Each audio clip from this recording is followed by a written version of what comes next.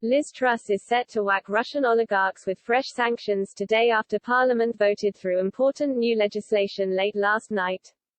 Just after midnight, the economic crime bill completed its journey through the Commons and Lords. Fast-tracked through Parliament in a single day, the legislation is set to establish a new register of overseas entities requiring foreign owners of property in the UK to declare their true identity. It will give ministers the power to go far further in imposing tough measures on those close to Vladimir Putin's regime.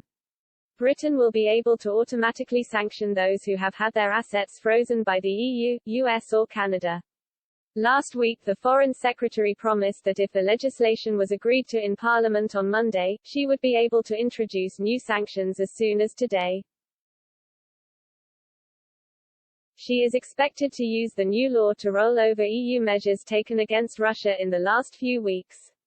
If Parliament passes the legislation by Monday 14 March, we will be able to sanction the hundreds of individuals by next Tuesday, 15 March, Ms. Truss said. Royal assent was granted for the Economic Crime Act in the early hours of the morning.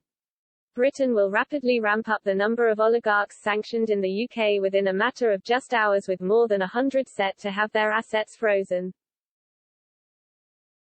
Ministers are looking to keep up the pressure on the Kremlin by steadily ratcheting up measures against the Russian state and those close to its government. The UK government has been accused of being slow in imposing sanctions on individuals connected to the Kremlin since the outbreak of war. However, officials say the UK has led the way in slapping measures on entities such as banks. It is thought the impact of those sanctions will see Russia default on its debts in just days. It would be the first time it has failed to meet its foreign debt obligations in more than 100 years. Ratings agency Fitch last week warned default is imminent. If Russia fails to pay its debts on time, it will make it almost impossible for the country to borrow new money.